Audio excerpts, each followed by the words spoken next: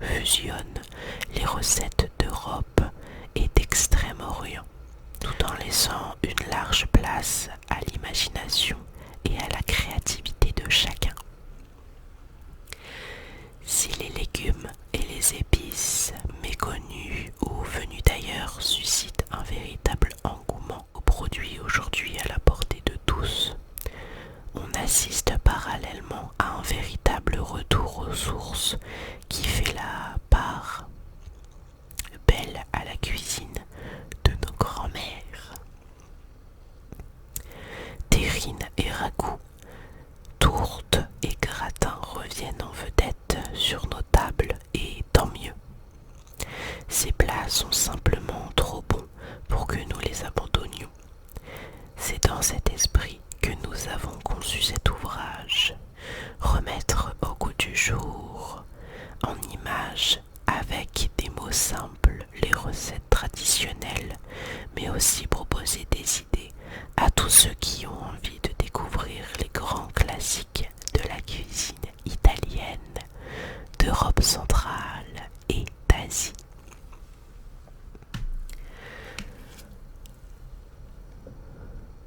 La cuisine est un plaisir qui se partage en famille ou entre amis.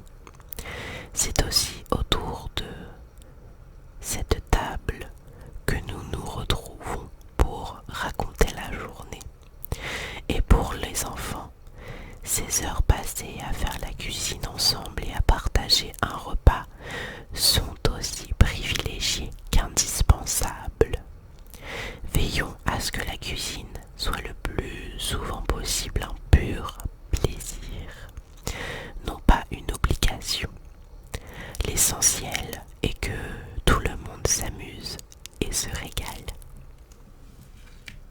Aujourd'hui encore, l'armoise et la marjolaine accompagnent les volailles grasses dont elles facilitent la digestion. Contrairement aux cuisiniers d'autrefois, nous ne sommes plus cantonnés aux herbes séchées une grande partie de l'année.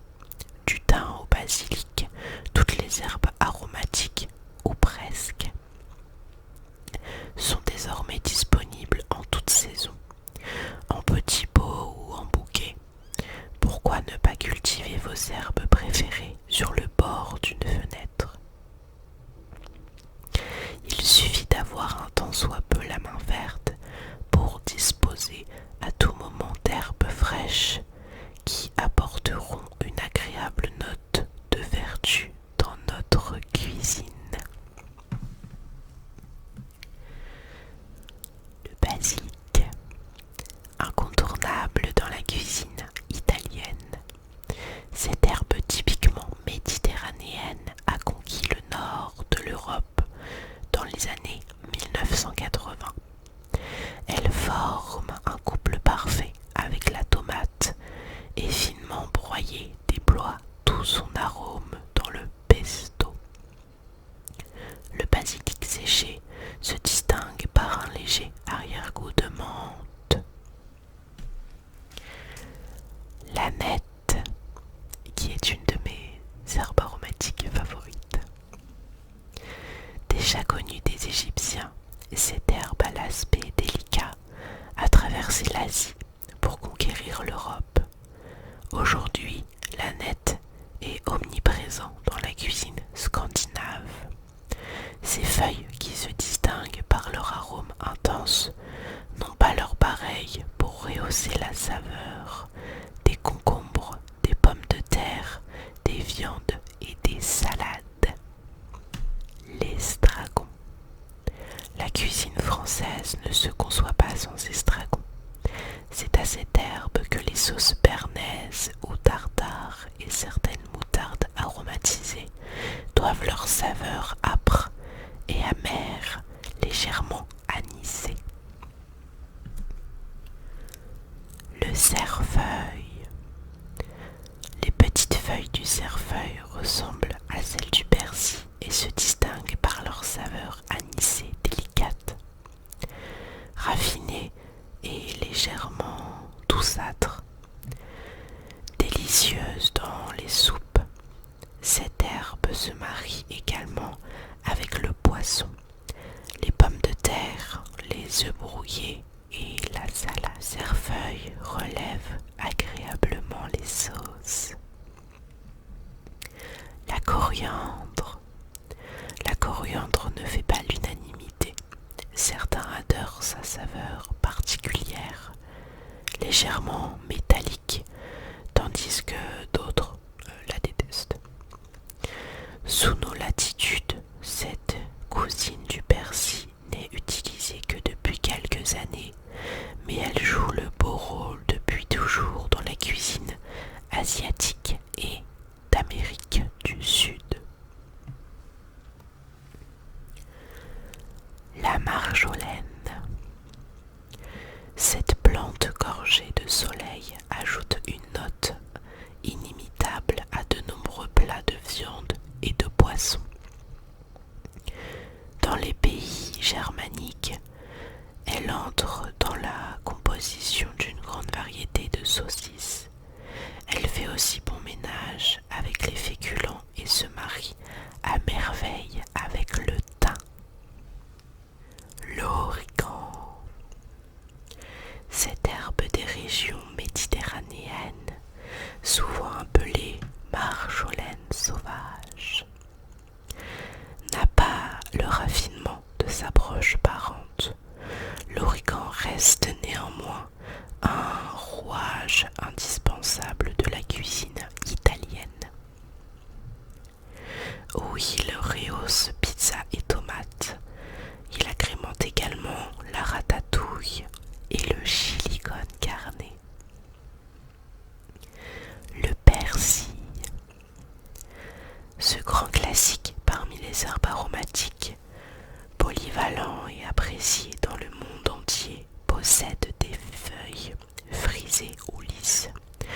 Plus répandu, le persil plat est également plus goûteux.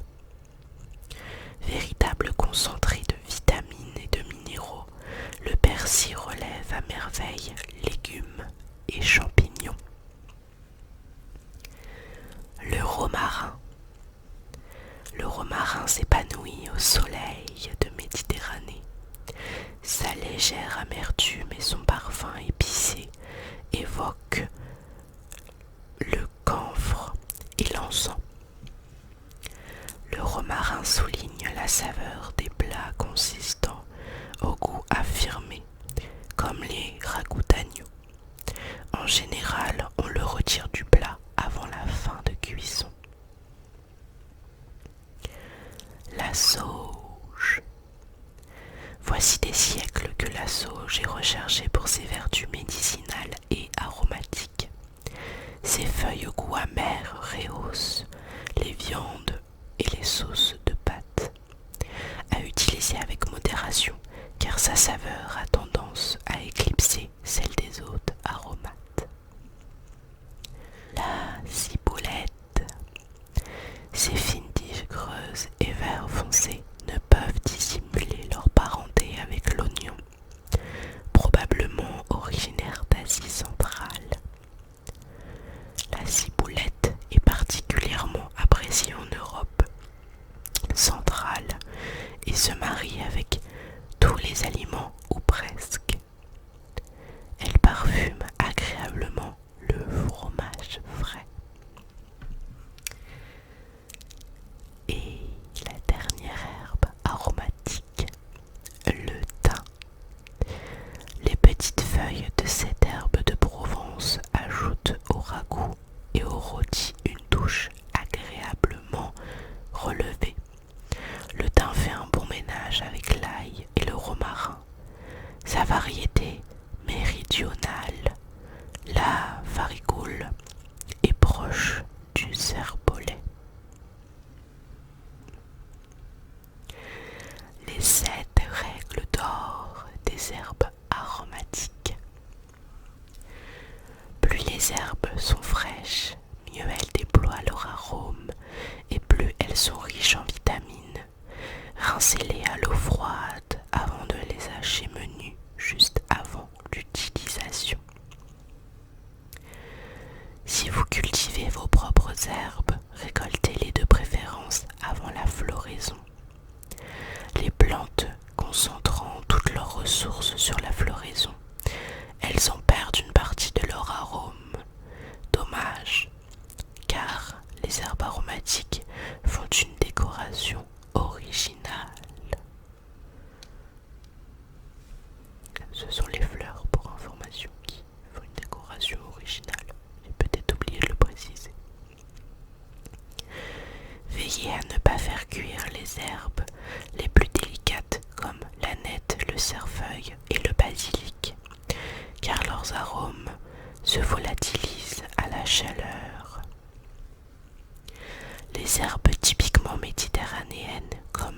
romarin, le thym ou l'origan, se trouvent fraîches toute l'année, sensiblement plus aromatiques que les feuilles séchées. Les feuilles fraîches supportent relativement bien la chaleur et la cuisson. Avant d'ajouter un assortiment d'herbes pendant la cuisson, liez-les en petits bouquets ou placez-les dans une boule ou un filtre à thé afin de pouvoir les retirer plus facilement. Rincez et hachez les herbes fraîches se conservent très bien au congélateur dans le bac à glaçons. Et enfin, les herbes séchées perdent rapidement leur arôme et leur saveur. Il est donc préférable de les acheter en petite quantité et de conserver dans un pot de verre ou dans un sachet à fermeture hermétique. N'oubliez pas de vérifier la date limite de consommation. Je vais à présent passer aux saveurs du monde. Les épices proviennent des fleurs, des fruits, des racines, des écorces ou des graines de plantes originaires des quatre coins du monde.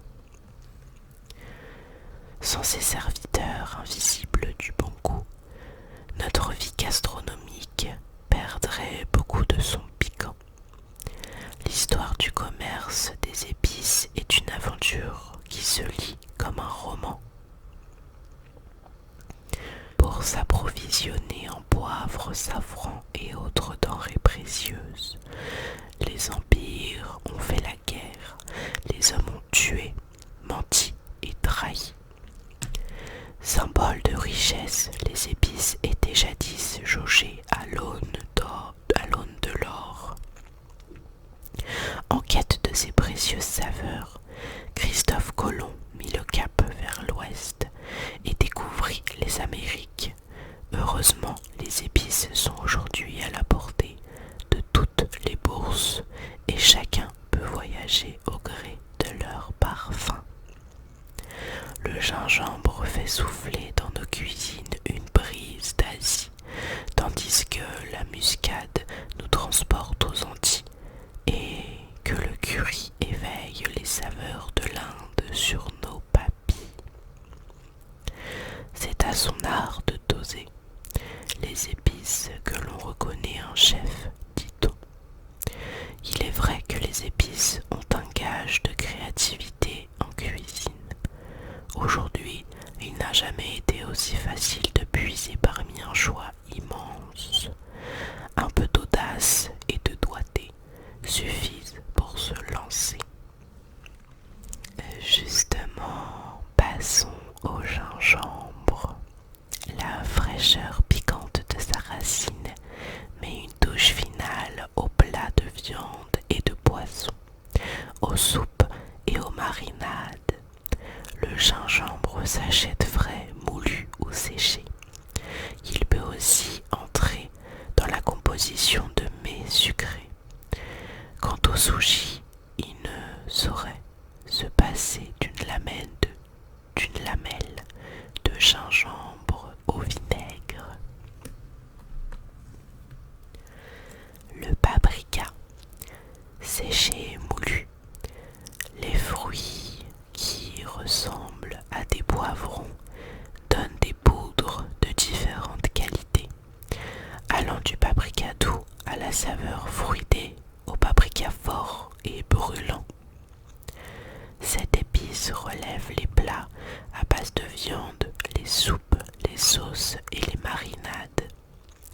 Attention au feu trop vif qui lui donne une certaine amertume. La cannelle. L'écorce séchée du cannelier compte parmi les épices les plus anciennes au monde. Sa saveur raffinée convient à de nombreux desserts, riz au lait, compotes et biscuits, ou encore gâteaux. Un vin chaud qui se respecte ne saurait se passer d'une pincée de cannelle, et le café à la cannelle mérite d'être goûté. Les clous de girofle. Les clous de girofle sont les boutons séchés du giroflier, piqués dans un oignon avec une feuille de laurier. Ils aromatisent les bouillons. Ils rehaussent la saveur des rôtis et des sauces, mais aussi de certaines compotes et pâtisseries. Le clou de girofle reste un ingrédient essentiel au vin chaud. Le curry. En Inde, d'où il est originaire, ce mélange à la saveur forte et piquante se décline sur tous les mondes. Il se compose en général de poivre de Cayenne, de gingembre, de cardamome, de coriandre, de cumin, de curcuma, de poivre, de paprika et de piment. Le curry agrémente les plats de riz, de viande et de poisson. Les baies de genièvre. Les baies du genévrier, du noir bleuté, sont couramment utilisées par la cuisine d'Europe centrale. Indispensables à la préparation d'une authentique choucroute, elles ajoutent une note légèrement amère au bouillon de poisson, aux marinades et au gibier. Elles parfument également le gin. C'est l'alcool, ça, je crois. La noix de muscade. Contrairement à ce que son nom suggère, la noix de muscade n'est autre que le noyau du fruit du muscadier.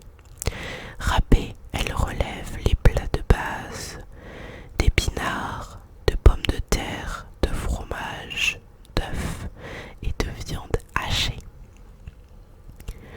C'est la muscade qui donne à la sauce béchamel sa saveur inimitable. Le poivre, doux ou fort, noir, vert, blanc ou rouge.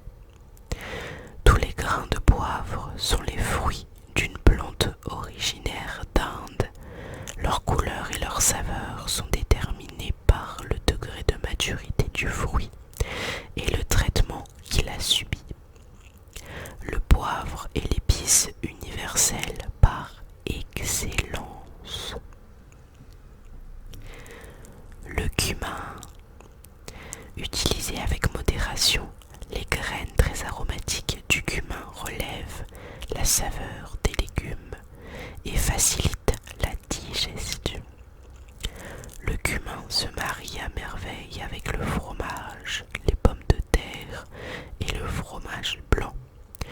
En Scandinavie et en Europe centrale, pâtisserie et pain au cumin restent un grand classique. Nice. Depuis le Moyen-Âge, le cumin doux rehausse la saveur des volailles, des viandes et des poissons. En Inde, l'anis demeure un aromate essentiel à la préparation des plats de base de riz. En Europe, il entre surtout dans la composition de certaines pâtisseries. Le safran, la plus chère des épices, provient des stigmates d'une espèce de crocu ou crocus. Le safran est cher au cœur des cordons bleus d'Orient, d'Espagne et d'Italie. Il aromatise et colore le riz, les soupes de poisson et les pâtisseries. On le trouve sous forme de filaments ou de poudre. Le laurier, jadis symbole de gloire, le laurier couronnait les héros. Aujourd'hui, son arôme un peu âpre ajoute une touche raffinée aux viandes et aux poissons, aux soupes et aux ragoûts, aux légumes et aux marinades. S'il participe à la cuisson et aux marinades, le laurier ne se mange pas. Les 7 règles d'or des épices. Pour conserver plus longtemps l'arôme des épices, placez-les dans un récipient hermétiquement fermé, au frais et dans l'obscurité. Un pot opaque à couvercle vissé, par exemple. Les épices entières comme le poivre en grains de baie, de genièvre, les bâtonnets de cannelle et les noix de muscade, ou encore les graines de cumin se conservent plus longtemps sous cette forme que moulues, à leurs arômes est aussi plus intense et plus tenace. Les épices déploient le meilleur de leurs arômes lorsqu'elles sont finement broyées, moulues ou râpées à la dernière minute. L'art des épices s'acquiert progressivement. Fiez-vous à votre goût et à votre créativité, en évitant dans un premier temps d'avoir la main trop lourde. Il sera toujours possible d'en rajouter a posteriori. Évitez de mélanger trop d'épices dans un seul plat. Si certains arômes se complètent, d'autres sont incompatibles. Ne saupoudrez pas les épices en tenant le récipient au-dessus d'une casserole fumante. La vapeur risque de les agglomérer et ainsi de boucher le trou du pot. Certaines épices comme le piment, la cannelle et la coriandre